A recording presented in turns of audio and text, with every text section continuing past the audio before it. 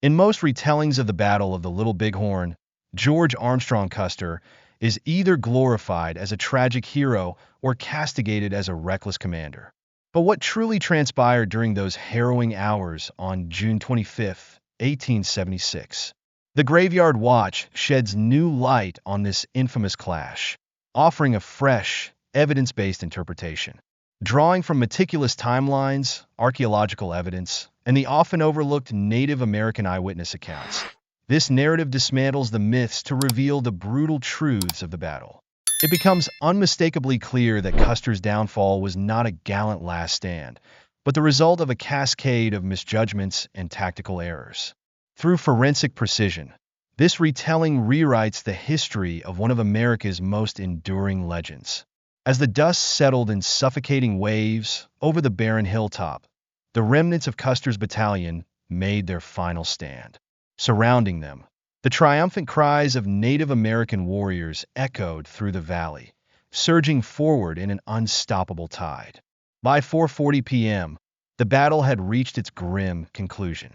What had once been a disciplined cavalry regiment now lay in shambles, desperate soldiers clinging to life atop Last Stand Hill, encircled by enemies on all sides. From this vantage point, the battlefield stretched out like a grim tableau of carnage. Lifeless bodies of men and horses were strewn across the ground, the once majestic cavalry steeds now as motionless as their riders. Smoke hung heavily in the air, carrying the acrid tang of gunpowder, while the once deafening gunfire had diminished to sporadic cracks of resistance. The Native American warriors, no longer content with distant exchanges of gunfire, pressed in with clubs, knives, and arrows, determined to finish the fight. Custer, the embodiment of bold strategy, stood atop the highest ground, his confidence shattered as he witnessed his forces disintegrate under the onslaught of an enemy he had underestimated. Around him, chaos reigned.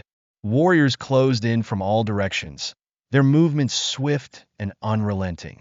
To the east, the legendary Lakota Sioux leader Crazy Horse led his men in cutting off every possible escape route. Retreat was no longer an option. The soldiers were trapped on every side. On Last Stand Hill, the situation was dire. Captain George Yates and the remnants of F Company fell back toward Custer, losing ground as the warriors surged forward. Lieutenant Algernon Smith's E Company, once proud with its distinctive gray mounts, had been decimated. Their horses, the lifeblood of cavalry mobility, were lost, leaving the men stranded and vulnerable on the exposed hilltop. Below, in deep ravine, the bodies of E Company soldiers lay tangled amidst the rocks and brush, victims of a retreat that had turned into a deadly ambush. For the warriors, this was more than a battle. It was a defense of their families, their land, and their way of life. Many had fought in previous skirmishes, but this fight was different. It was not just about survival. It was about sending a message. Those who had dared to invade their lands would not leave alive. Standing Bear, a Hunkpapa Sioux, was among those who charged the hill. From his vantage point, the soldiers were faltering, their horses panicked and fleeing toward the river, only to be captured by other warriors. Iron Hawk, another warrior, vividly recalled the sight of the soldiers, once a disciplined force, reduced to individuals fighting for survival. Their weapons, dulled by dust and blood, were no match for the sheer will and numbers of the Native American forces.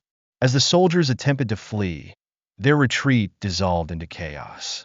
Some made futile efforts to regroup, while others fell into disorganized clusters, quickly overrun by the relentless tide of warriors. The battle was not just a victory for the Native American forces. It was an assertion of justice, a fierce defense of their homeland against an invader who had underestimated their strength and resolve. Amidst the cacophony of gunfire, the clash of weapons, and the cries of the wounded, the battlefield became an indistinguishable haze of dust, smoke, and blood. For those who survived, the chaos of those final moments felt surreal, as though detached from reality. As the last of Custer's men fell, silence descended over the battlefield.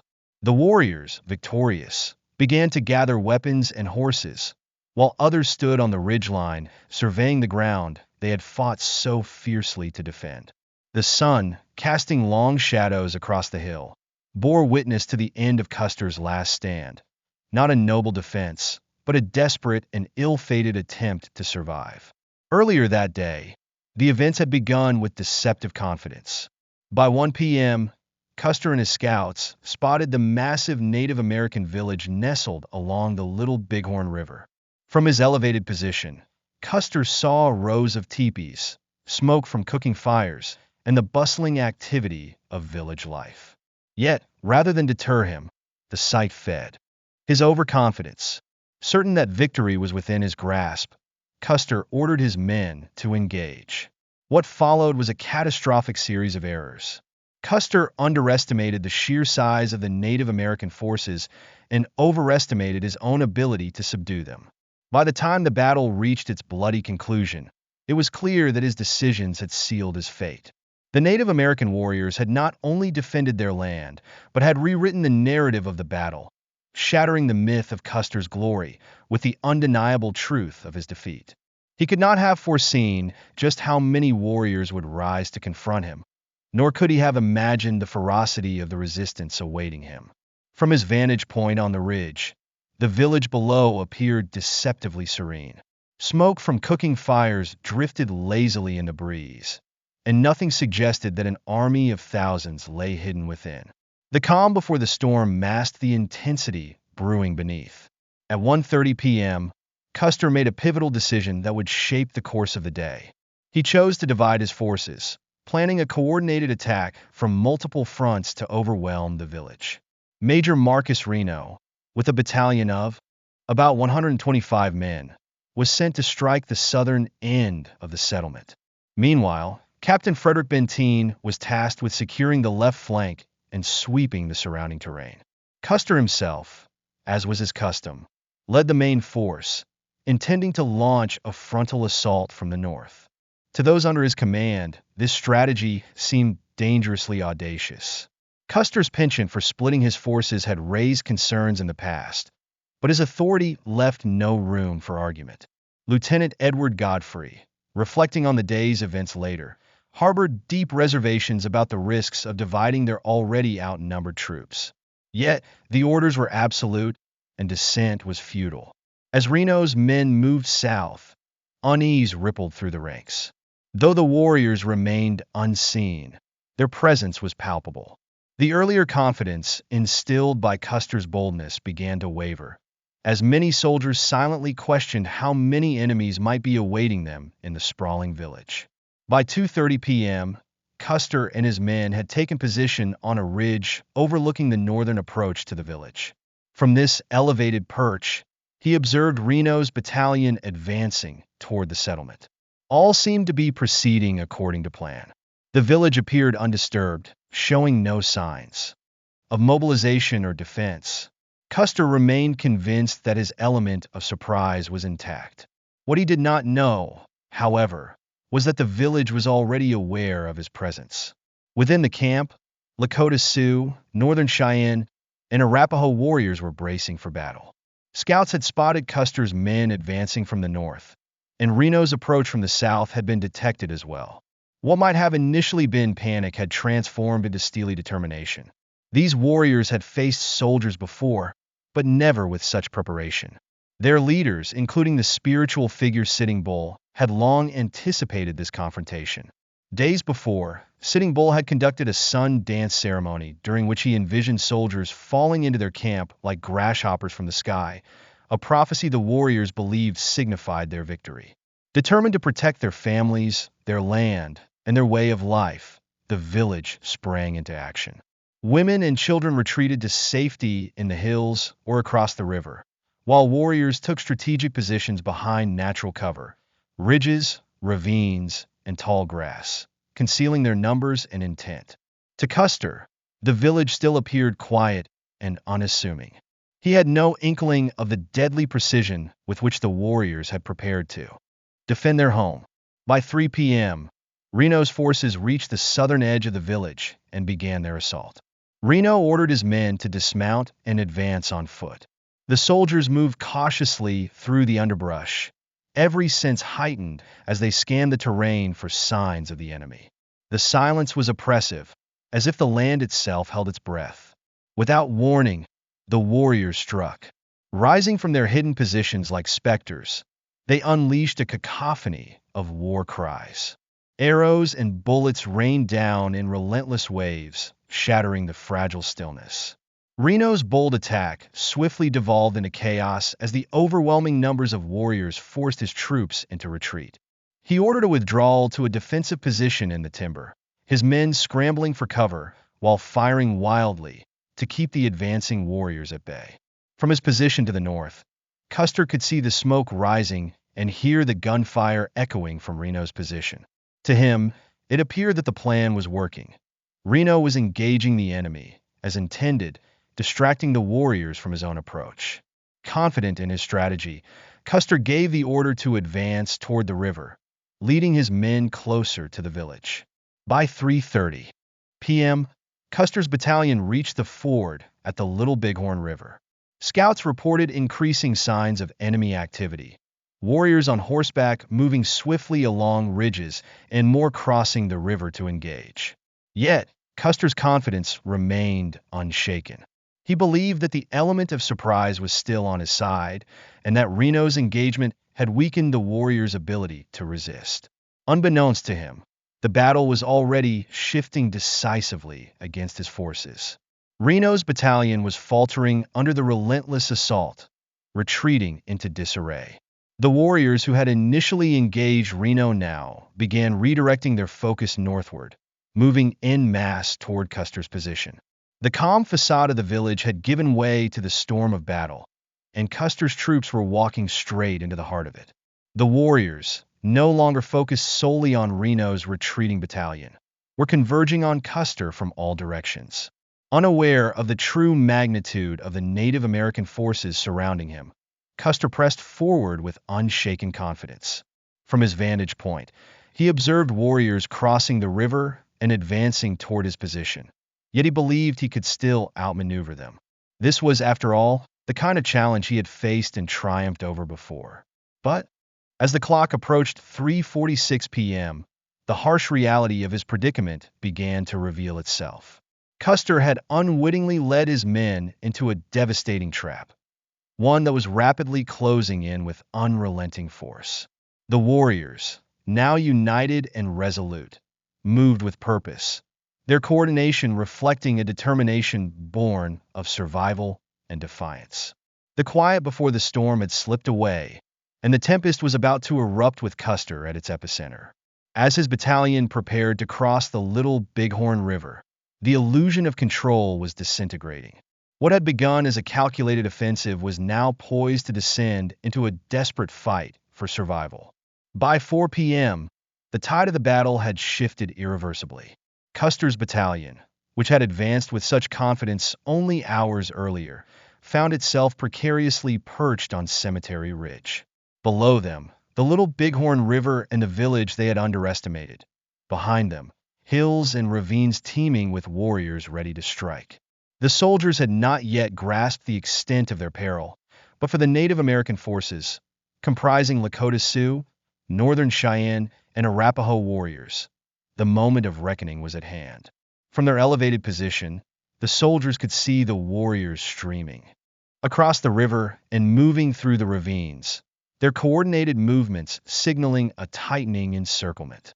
Captain George Yates, commanding F Company near the basin to the right of Cemetery Ridge, quickly recognized the gravity of their situation. Tasked with holding ground and blocking the advancing warriors, Yates and his men were stretched too thin to effectively resist. The warriors exploited the terrain masterfully, slipping through deep ravines to outflank the soldiers and sever any hope of retreat. By 4:06 p.m., Yates understood that his position was untenable. He had lost visual contact with Custer, who had moved farther along the ridge, and the pressure from the warriors was mounting. The air was filled with the chaotic sounds of battle, shouts, sporadic gunfire, and the pounding of hooves as mounted warriors charged forward. Yates's men, their nerves fraying, scanned the landscape desperately for reinforcements that would never come. Below, in the depths of deep ravine, the warriors moved with precision, using the natural terrain as both cover and a funnel for their attacks. Emerging like phantoms, they crept low to the ground with weapons drawn, their movements swift and deadly. Custer, stationed on higher ground to the north, still clung to the belief that he could salvage the situation. By 4:09 p.m., however, his options were all but exhausted. His original plan to reunite with Benteen and Keogh had long since collapsed, leaving his battalion isolated and fighting for survival. From his vantage point along Cemetery Ridge, Custer could see the battlefield stretching out before him, and it was grim. Warriors surged from all directions, their numbers overwhelming, as his men fell one by one. Horses panicked and bolted, their riders powerless to stop them, and the lines of defense began to crumble. The collapse became unmistakable when the soldiers realized they were surrounded. Crow King, a Lakota leader, later recounted the moment the soldiers dismounted, taking positions on the ground in a final, desperate attempt to hold their ground. Though tactically sound, the act of dismounting marked the beginning of the end. Without their horses, the soldiers were stripped of their mobility, a key advantage they had relied on in countless battles. Now stranded and exposed, they faced an enemy that moved with precision and confidence, exploiting every weakness. The Native American forces pressed their advantage, closing the circle tighter around Custer's battalion. The soldiers, trapped on Cemetery Ridge, were left with no clear path to retreat, their rifles nearly useless against the onslaught. For the warriors, this was not just a tactical victory, but a moment of profound significance, a defense of their homeland and their way of life against an invader who had underestimated their resolve.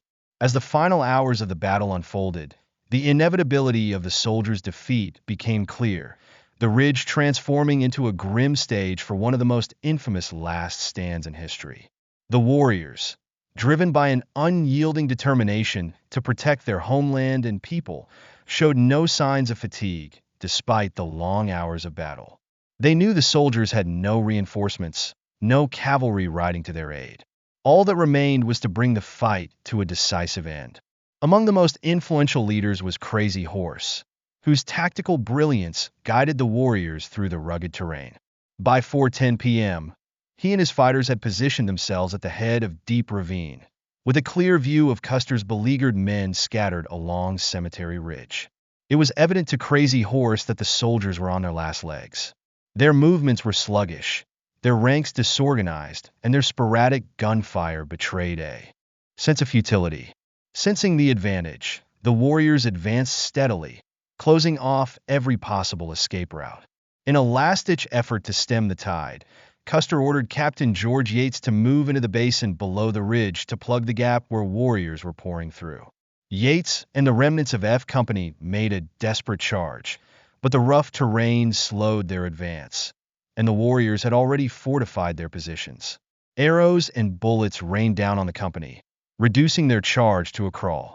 By 4:13 p.m., the battalion's disintegration was complete. Keogh's forces, stationed farther south, had already succumbed to the relentless assault. His men had fought valiantly, but they were outnumbered and outmaneuvered. Keogh himself fell early in the onslaught, his body later discovered amid a cluster of fallen comrades who had made a doomed final stand. With Keogh's battalion destroyed, the warriors turned their full attention to Cemetery Ridge, where Custer's remaining forces were making a desperate effort to hold the line. Yates' position in the basin was overrun, cutting him off from Custer's main group and leaving the higher ground dangerously exposed. The warriors, emboldened by their success, surged forward with increasing ferocity, forcing Custer's men back toward the summit of Last Stand Hill. Soldier Wolf, a warrior who fought that day, later recounted the sight of the soldiers retreating. He described them as moving slowly, facing their pursuers with grim resolve. Even as they realized there was no escape, small groups of soldiers, scattered and isolated, fought desperately for their lives.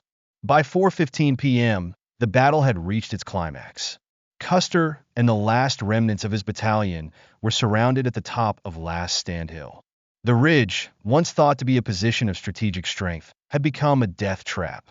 Warriors led by Crazy Horse and Wolf Tooth swarmed the hill from all directions, their movements coordinated and swift. The soldiers, now dismounted and without cover, were easy targets for the skilled marksmen and close-range fighters among the native forces. The encirclement was complete, and the soldiers had no path to retreat or regroup. The warriors pressed their advantage, closing in for the final assault. Custer's men fought with courage, but their efforts were fragmented and hopeless. Ammunition ran low, and their rifles became improvised clubs. The organized defense dissolved into a chaotic melee, with each man fighting for his life against overwhelming odds. For Custer, the moment of reckoning had arrived. Standing at the highest point of the hill, his once commanding presence, aided by his distinctive buckskin coat and flowing blonde hair, now symbolized the futility of his situation. His aggressive tactics, so often the hallmark of his successes, had led his men to this exposed position. The confidence that had defined his leadership had given way to despair as he watched his battalion fall apart around him. The warriors' relentless advance left no room for hope. As they swarmed the hill, they demonstrated not only tactical mastery, but an unshakable resolve to defend their land and people. The last stand of Custer's battalion, though brief, was fierce and desperate. Yet it was a fight the soldiers could not win. By the time the sun cast its final shadows over Last Stand Hill, the battle was over. Custer's once proud force lay defeated, surrounded by the warriors who had turned the tide of history in those final, brutal moments. Captain George Yates, having attempted to hold the line earlier, now stood alongside Custer on Last Stand Hill, his men reduced to a fraction of their original strength. Both men understood the grim reality. They were alone, with no reinforcements and no escape. As the warriors' war cries grew louder and closer, the final confrontation loomed. By 4:20 p.m., the first wave of warriors charged the hill with a terrifying force, their arrows and bullets raining down on the scattered remnants of Custer's men. The soldiers, vastly outnumbered and overwhelmed, scrambled for cover behind fallen horses and their comrades. But there was no refuge from the relentless onslaught. Lakota warrior Ironhawk later recounted the soldiers' desperate attempts to hold their ground, noting that although they fought bravely, there were too many of us. They couldn't hold the hill. From his vantage point, Ironhawk saw the soldiers' lines break, their cohesion dissolving as the warriors pressed ever closer. Custer, still visible atop the hill, must have seen the same thing. His once proud battalion, the men who had followed him with unwavering loyalty, were now falling one by one. The few remaining horses bolted in panic, leaving the soldiers stranded. Those who had not already been wounded were quickly overpowered by the sheer number of warriors. Northern Cheyenne warrior Two Moons described the scene as a great circle of death. The soldiers, cornered and out of options, fought with everything they had, wielding rifles as clubs and firing pistols in futile last stands. But the warriors, driven by a fierce resolve, were relentless. By 4:25 p.m., the battlefield was a chaotic tableau of bodies and blood. Some soldiers lay where they had fallen, surrounded by their comrades, while others had attempted to flee, only to be cut down as the warriors took control of the hillside.